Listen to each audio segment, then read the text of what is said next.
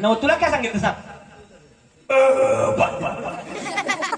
तुला काय सांगितलं? अगं ब्लेंडर काय घेतो काय म्हणला मामा?